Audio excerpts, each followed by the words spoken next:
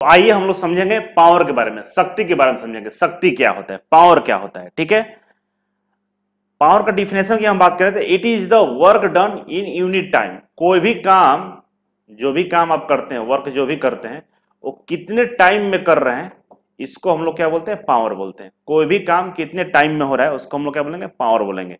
ये जो पावर होता है ना, सब में डिफरेंट होता है। जैसे मेरा मान लीजिए कैपेसिटी है कि हम 10 जूल काम को हम 2 सेकंड में करेंगे। हो सकता है कि आपकी कैपेसिटी हो कि 5 जूल का काम 2 सेकंड में करेंगे, है ना। तो काम करने के जो आपका टाइमिंग है उस पर डिपेंड करता है कि आपका पावर क्या है। ठीक है ना, टाइम, काम करने का टाइमिंग क्या है आपका, कितने टाइम में कर रहे हैं, उसको हम लोग क्या बोलेंगे, पावर बोलेंगे। P equal to work upon time. P equal to क्या होगा, वर्क अपन टाइम। अब इसका यूनिट क्या होता है, वर्क का यूनिट क्या होता है, जूल होता है ना, वर्क का यूनिट जूल होता है, अभी निकाल रहे थे पीछे। और टाइम का यूनिट क्या होता है, सेकंड होता है। तो जो पावर होता है ना, जूल पर सेकंड में होता है। तो कभी भी पावर जब हम निकालेंगे जूल पर सेकंड में निकालेंगे। और इसीलिए इस बात का ध्यान रखेंगे, ऑब्जेक्टिव में ये पूछता है कि पावर का यूनिट क्या होता है, तो जूल पर सेकंड होता है। क्या होता है, जूल पर सेकंड। ठीक है, इस चीज को याद रखिएगा। दूसरा बोला कि it is a scalar quantity. ये क्या है, स्केलर क्वांटिटी है, मतलब अदिश राशि है। क्यों, अदिश राशि किसको बोलते हैं, जिसमें मैग्नीट्यूड हो, कितना काम किए, कितना देर में किए, ये सब हमको मालूम है, लेकिन किधर किए, डायरेक्शन नहीं मालूम है। तो जिसमें डायरेक्शन नहीं मालूम हो, दिशा नहीं मालूम हो, केवल उसका परिणाम मालूम हो, केवल इसका मैग्नीट्यूड मालूम हो, उसको हम लोग क्या बोलते हैं, स्केलर क्वांटिटी बोलते हैं। ठीक है, ऐसा यूनिट क्या होता है पावर का, जूल पर सेकंड। अभी बताए थे ना कि जो पावर होता है क्या होता है, जूल पर सेकंड, यही ऐसा यूनिट है। ठीक है, एमकेएस में है, क्या बोला, जूल पर सेकंड। अब जूल पर सेकंड को देखिए, यहां पे एक चीज और लिख देते हैं, ध्यान से देखिएगा। यहां पे जो लिखा हुआ है उसको समझ लीजिए। नीचे लिखा हुआ है 1 newton metre per second equal to 1 joule per second. 1 newton metre per second equal to 1 joule per second. ये कैसे बराबर है, तो आप लोगों को पता है कि वर्क होता है क्या, न्यूटन मीटर। ठीक है ना, वर्क होता है न्यूटन मीटर। तो 1 न्यूटन मीटर क्या होता है, 1 जूल के बराबर होता है ना, 1 जूल के बराबर। ठीक है, 1 न्यूटन मीटर 1 जूल के बराबर होता है। अगर हम बात कहें कि जो पावर होता है न्यूटन मीटर पर सेकेंड होता है, कह सकते हैं ना, क्योंकि 1 न्यूटन मीटर 1 जूल के बराबर है। या इसको ऐसे लिख सकते हैं ना, 1 न्यूटन मीटर का कितना होगा, 1 जूल हो गया, 1 जूल पर सेकेंड। दोनों ही बात सही है, या 1 न्यूटन मीटर पर सेकंड हो, 1 न्यूटन मीटर पर सेकंड हो, या 1 जूल पर सेकंड हो, बात बराबर है, क्योंकि न्यूटन मीटर कितना होता है, जूल के बराबर होता है। ठीक है, समझ गए। मतलब कोई भी काम, देखिए एक बंदा है काम कर रहा है, कितने देर में काम कर रहा है, उसी को हम पावर बोलेंगे। काम को कितने देर में किया जा रहा है उसको क्या बोलते हैं, पावर बोलते हैं। काम खत्म, आगे बढ़ते हैं। बोला कि पावर इन वाट। पावर को हम किस में व्यक्त करते हैं, वाट में व्यक्त करते हैं। वर्क को जूल में। वर्क का क्या था, WOR के, वर्क को क्या बोलते थे हम लोग, जूल। वर्क किस में होता है, जूल में होता है। और पावर वाट में होता है, कितना वाट का पावर है। बल्ब खरीदते हैं ना, ये बल्ब का पावर कितना है, वाट में देता है। ठीक है ना, तो इसको W/T लिखते हैं, मतलब वर्क, मतलब पावर तो लिखते ही है, पता ही आपको पावर क्या होता है, वर्क अपन टाइम, यही लिखा हुआ। W/T मतलब power equal to work upon time.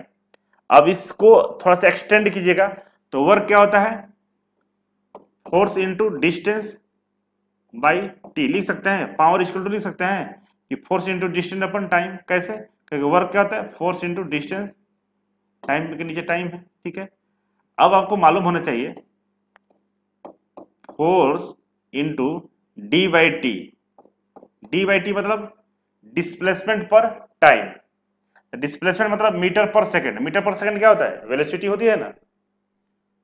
P equal to लिख सकते हैं F इंटू D/T, और डिस्प्लेसमेंट अपन टाइम क्या होता है, metre per second, velocity. Velocity को बोलते हैं ना मीटर पर सेकंड, यही तो है। ये मीटर हो गया पर सेकंड, इसको V लिख सकते हैं। तो P इक्वल टू लिख सकते हैं F into V।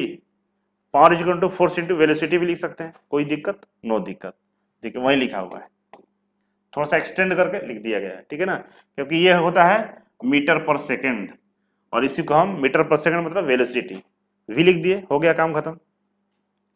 In MK system the unit 1 kgf, 1 kgf मतलब 1 किलो फोर्स मीटर सेकेंड, इसका क्या होता है, पावर का जो ऐसा यूनिट होता है एमकेएस में, कैसे होता है, देखिए यहाँ पे 1 kg मीटर 1 kgf मतलब हो गया फोर्स, 1 kg हम मान लेते हैं यहाँ पे, तो kg फोर्स, और ये मीटर पर सेकेंड हो जाता है। इसको भी हम बोलते हैं पावर बोल सकते हैं, इसका इस यूनिट को भी हम लोग पावर में लिख सकते हैं, ठीक है। 1 हॉर्स पावर, याद रखिएगा इसको, 1 हॉर्स पावर, 1 हॉर्स पावर होता है 75 kg मीटर पर सेकेंड।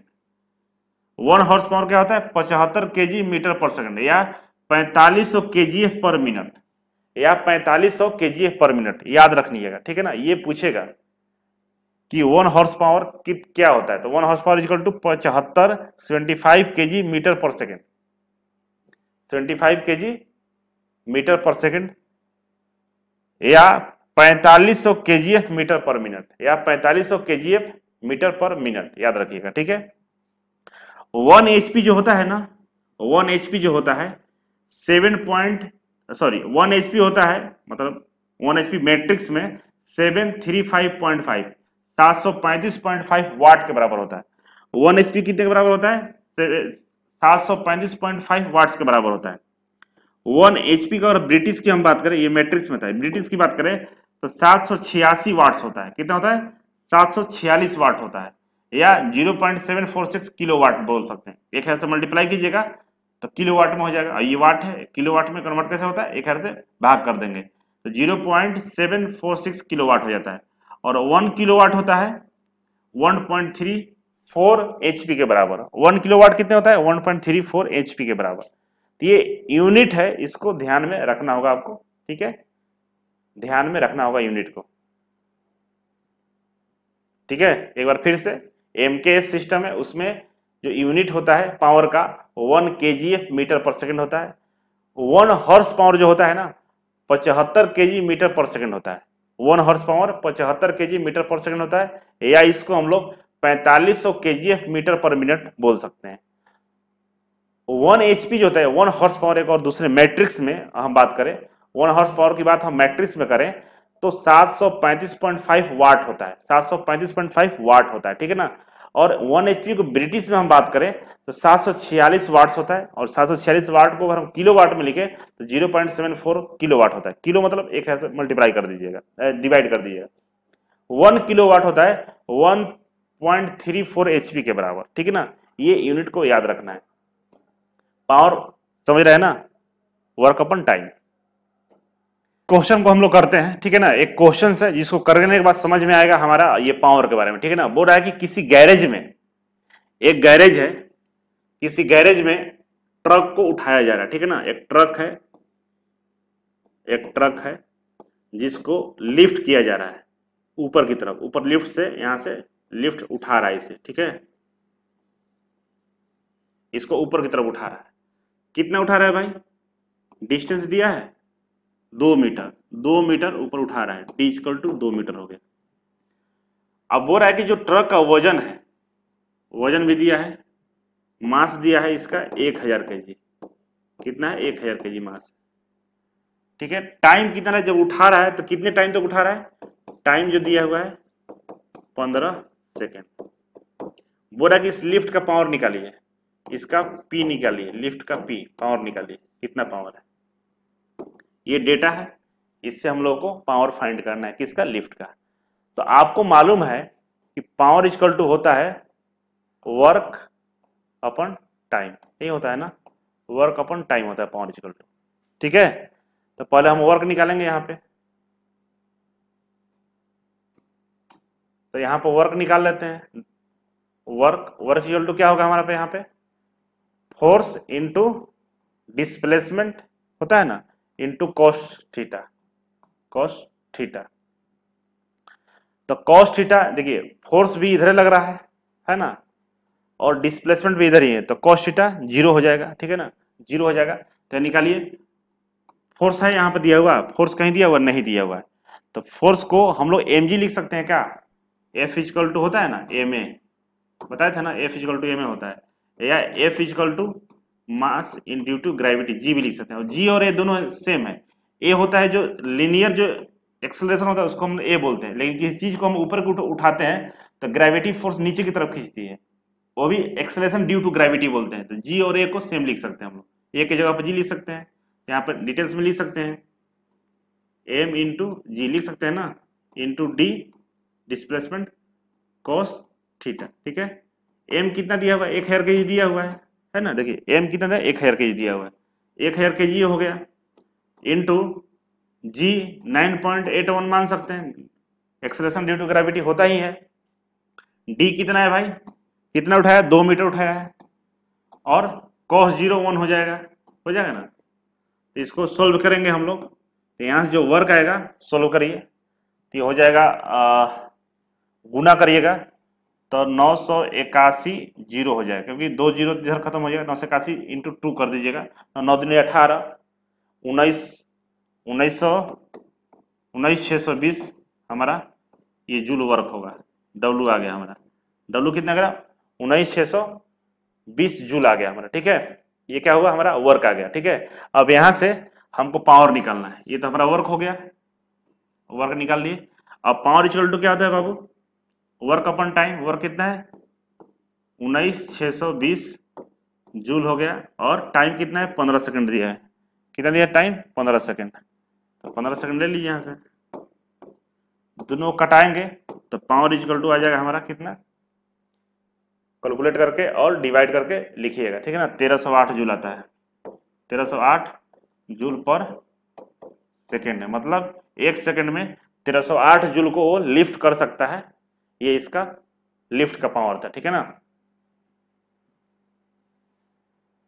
और इतना पावर वो ट्रक को डिलीवर कर रहा है, 1 सेकेंड में 1308 जूल के हिसाब से ट्रक को पावर दे रहा है, खींच रहा है ऊपर की तरफ, ठीक है। ये रहा इसका सोल्यूशन, ठीक है। तो आप लोग इसे सोल्व कर लीजिएगा। सबसे पहले कोशिश की कि डेटा लिखिए, डेटा लिखिएगा तो बनाने में आपको मजा आएगा, समझ में आएगा कैसे बनेगा, ठीक है। आगे चलते हैं। अब मशीन पावर, देखिए ये तो एक पावर अलग होता है, मशीन पावर भी एक चीज है जो अलग चीज, अलग तरह से हम लोग पढ़ते हैं मशीन पावर के बारे में, ठीक है ना।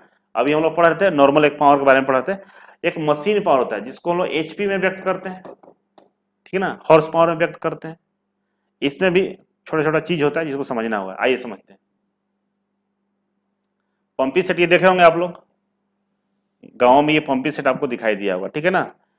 इसमें पावर हमको कहाँ मिलता है, ये फ्लाई व्हील पे हमको पावर मिलता है, जो एक शाफ्ट के सहारे हमें दिया जाता है, ठीक है ना। ये मशीन चलती है तो हमको जो आउटपुट मिलता है यहाँ पर फ्लाई व्हील के पे मिलता है, और ये फ्लाई व्हील के जो पावर को हम लोग शाफ्ट से कनेक्ट करके हम लोग ले लेते हैं, ठीक है ना। और ये जो पावर हमको मिलता है इसको हम लोग ब्रेक हॉर्स पावर, BHP बोलते हैं, इसको क्या बोलते हैं, ब्रेक हॉर्स पावर बोलते हैं। ये मशीन जब हम स्टार्ट, इसमें क्या डालते हैं, डीजल पेट्रोल डालते हैं इस टंकी में, मशीन को स्टार्ट करते हैं, स्टार्ट करते मशीन चलना शुरू करती है, तो यहाँ पे पावर आता है इसका फ्लाई व्हील पे, इसको फ्लाई व्हील बोलते हैं। और ये जो फ्लाई व्हील होता है, ये जो फ्लाई व्हील होता है, इस फ्लाई व्हील के पावर को हम लोग अपने पास लेते हैं, कैसे लेते हैं, एक शाफ्ट को लगा देते हैं और शाफ्ट घूमने लगता है, जिससे या तो पानी निकालिए बाहर, आटा पीसिए, कुछ भी कीजिए, पावर आपको मिलेगा, गाड़ी में लगा दीजिए, गाड़ी चलाइए, तो ये पावर हमें मिला। ये जो पावर मिलता है इसको बोलते हैं ब्रेक हॉर्स पावर। एक बात हम आपसे पूछना चाहेंगे कि जो ब्रेक हॉर्स पावर हमको मिला है, क्या उतना ही पावर इसके अंदर में जनरेट हो रहा था, क्या उतना ही पावर मशीन पैदा कर रहा था, बिल्कुल नहीं, मशीन इससे कहीं ज्यादा पावर पैदा कर रहा था, लेकिन इसका पावर लॉस हो रहा था। बहुत सारे इसके अंदर में पार्ट्स है जो एक दूसरे से घर्षण कर रहे थे, ठीक है ना, घर्षण करने के दौरान उसका पावर को लॉस किया। तो जो मशीन पावर पैदा करते हैं उसको इंडिकेटेड हॉर्स पावर बोलते हैं, IHP बोलते हैं। जो मशीन अपने अंदर पावर पैदा करती है इस इंजन के अंदर में, उसको IHP बोलते हैं, इंडिकेटेड हॉर्स पावर। और जो हमें मशीन देती है पावर यहाँ पे, उसको ब्रेक हॉर्स पावर बोलते हैं। ब्रेक हॉर्स पावर को बोलते हैं क्योंकि कुछ कुछ ब्रेक होता है, पावर में कुछ ब्रेक हुआ है, कहीं ना कहीं पावर में लॉसेस हुआ है, उसके बाद हमको पावर मिला है, इसके लिए उसको हम लोग ब्रेक हॉर्स पावर बोलते हैं।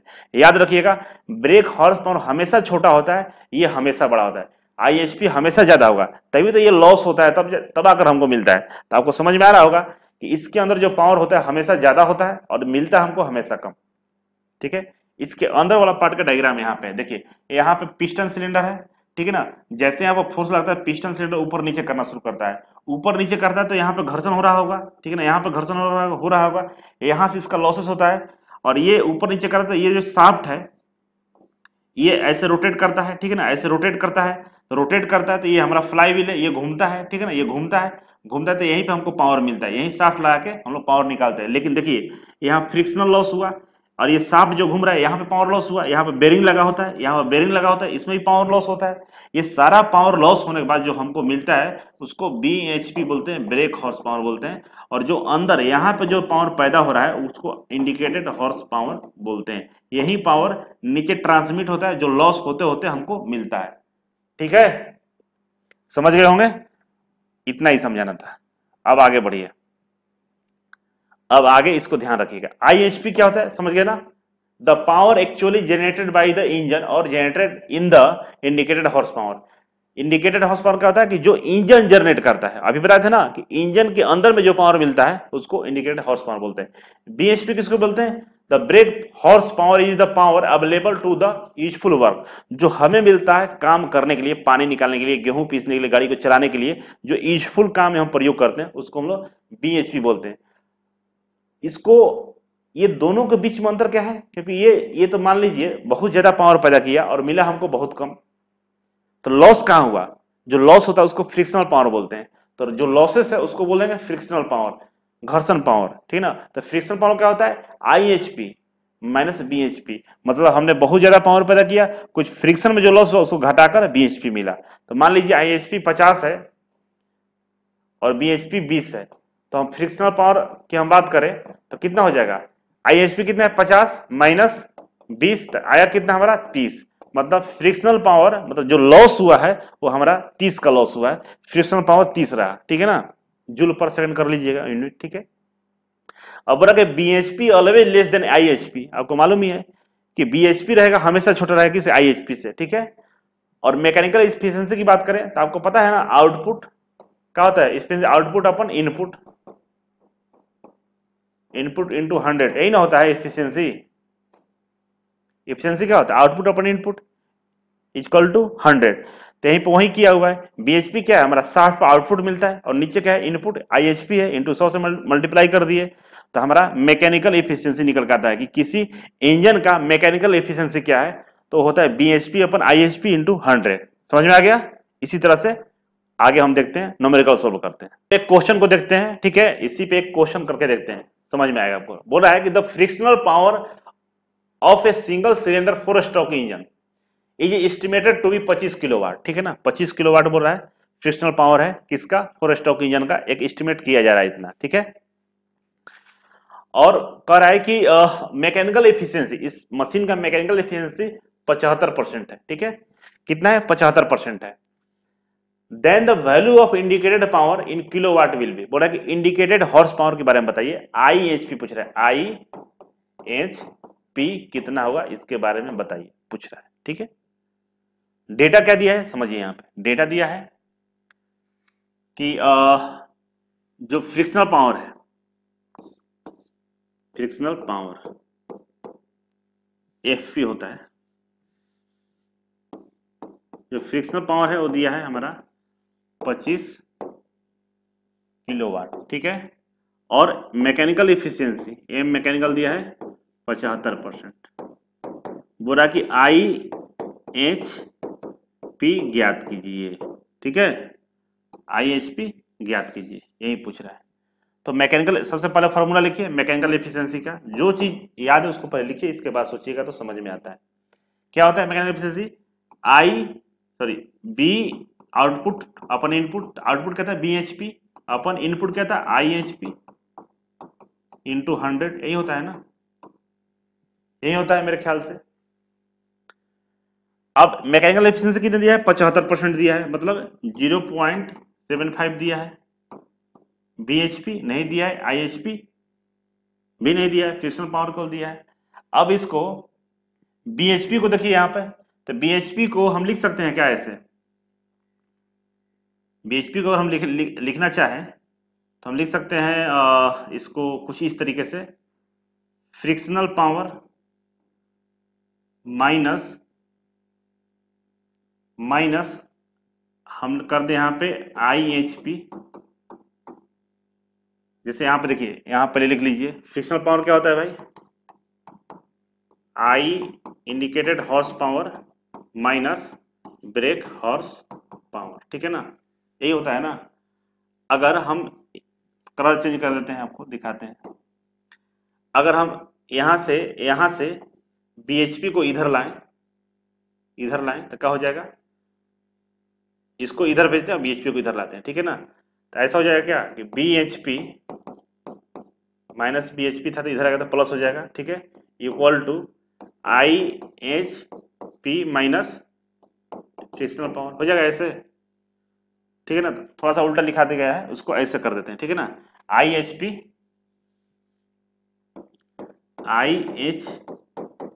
माइनस फ्रिक्शनल पावर, यही होगा ना, अपन IHP हो जाएगा, ऐसे लिख सकते हैं ना, क्योंकि IHP माइनस फ्रिक्शनल पावर का होता है, BHP होता है ब्रेक हॉर्स पावर होता है, ठीक है। अब यहां से हम क्या करते हैं कि IHP को इधर मल्टीप्लाई करते हैं, इस साइड इस और नीचे वाले को ऐसा कर सकते हैं ना, तिरछा तिरछी मल्टीप्लाई, तो 0.75 IHP इक्वल टू हो जाएगा IHP माइनस 25 किलोवाट हो जाएगा, क्योंकि फ्रिक्शनल पावर कितना दिया हुआ है, 25 किलोवाट दिया हुआ है ना, 25 किलोवाट लिख सकते हैं। इसको इस तरफ लाते हैं, ये माइनस है तो इसको इस तरफ लाएंगे, तो क्या होगा हमारा 1 माइनस 0.75 ब्रैकेट कर देते हैं IHP इक्वल टू 25 किलोवाट, ऐसे लिख सकते हैं क्या।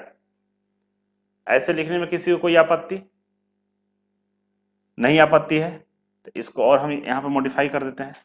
अब निकालिए यहाँ से IHP इक्वल टू क्या होगा, IHP इक्वल टू हो जाएगा हमारा 25 किलोवाट अपन माइनस करिए तो 0.25 हो जाएगा, ठीक है। तो यहाँ से 100 ऊपर चला जाएगा तो 25 इंटू 100 अपन 25 कट जाएगा, तो IHP कितना हो गया 100 वाट हो जाएगा, किलोवाट हो जाएगा। सॉल्व कर लीजिएगा, ऐसे इजी है ना। एक बार और बताएं, इससे आपको हम दिखा देते हैं, बनाकर बता देते हैं, क्योंकि थोड़ा सा हमें भी लग रहा था कि हचपच ज्यादा हो गया है। आराम आराम से देखते हैं, ठीक है। देखिए बोल रहा है कि कोई 4 स्ट्रोक इंजन है, ठीक है ना, और इसका 4 स्ट्रोक जो इंजन है इसमें 25 किलोवाट का फ्रिक्शनल पावर लॉसेस हो रहे हैं, ठीक है ना। तो फ्रिक्शनल पावर जो होता है आपको मालूम होगा, फ्रिक्शनल पावर जो होता है अभी हम बताए थे, ये क्या होता है, indicated horse power minus break horse power, यही होता है ना। और इसी का वैल्यू दिया है कि 25 किलोवाट है, कितना वाट है, 25 किलोवाट है,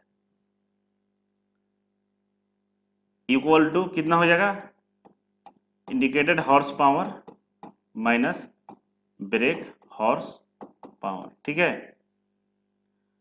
अगर हम इसको इस तरफ लाते हैं और इसको इस तरफ ले जाते हैं तो लिख सकते हैं क्या ऐसे, BHP equal to IHP minus 25 kilowatt, ऐसे लिख सकते हैं क्या, लिख सकते हैं, हो गया, लिखा गया। अब इसमें निकालना क्या, हमको बोल रहा है कि इंडिकेटेड हॉर्स पावर निकालना, हमको ये वाला निकालना है, इंडिकेटेड हॉर्स पावर निकालना है। क्या निकालना है हमको, इंडिकेटेड हॉर्स पावर निकालना है, ये निकालना है, ठीक है ना। तो यहां पर देखिए मैकेनिकल इफिशियंसी इक्वल टू क्या होता है, ब्रेक हॉर्स पावर माइनस अपन इंडिकेटेड हॉर्स पावर, यही होता है ना, इधर जाता है इंटू 100, यही होता है ना। अब BHP इक्वल टू कितना होता है, यहां पर निकाल कर रखे हुए हैं हम, BHP इक्वल टू लिख सकते हैं वहां पे, बिल्कुल लिख सकते हैं। तो इसको लिखेंगे हम लोग IHP माइनस 25 किलोवाट अपन IHP लिख सकते हैं ना।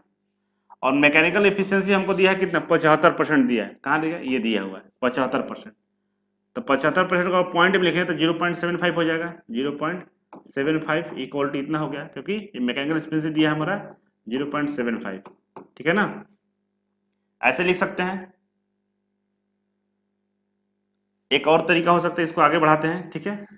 इसको सॉर्ट आउट करते हैं, ये बन गया, ठीक है ना। अब सॉर्ट आउट करते हैं इसको। सॉर्ट आउट करेंगे तो तिरछा तिरछी गुना कर लेते हैं, तो यहाँ पे ये हो जाएगा 0.75 इंटू IHP हो जाएगा ये equal to IHP minus 25 kilowatt. ठीक है, समझ पा रहे हैं आप लोग। माइनस है यहाँ पे, माइनस 25 किलोवाट, ठीक है। अब हम करते क्या है कि IHP को और इस IHP को इक्वल के उस तरफ है ना, उसको इस तरफ लाते हैं, ठीक है। इस तरफ लाएंगे तो देखिए क्या होगा, तो हो जाएगा ये 0.75 IHP minus IHP equal to minus 25 kilowatt, ठीक है। इसमें से IHP को कॉमन लेंगे, जगह है, मान लीजिए कॉमन लेते हैं IHP को, तो क्या हो जाएगा 0.75 minus 1 equal to minus 25 kilowatt हो जाएगा, कॉमन ले लिए तो। अब जगह कम बच रहा है तो इधर लाते हैं, ठीक है ना। देखिए इस वाले को इधर ला के लिखते हैं। अब IHP लिखिए, IHP इक्वल टू हो जाएगा, इधर 25 किलोवाट है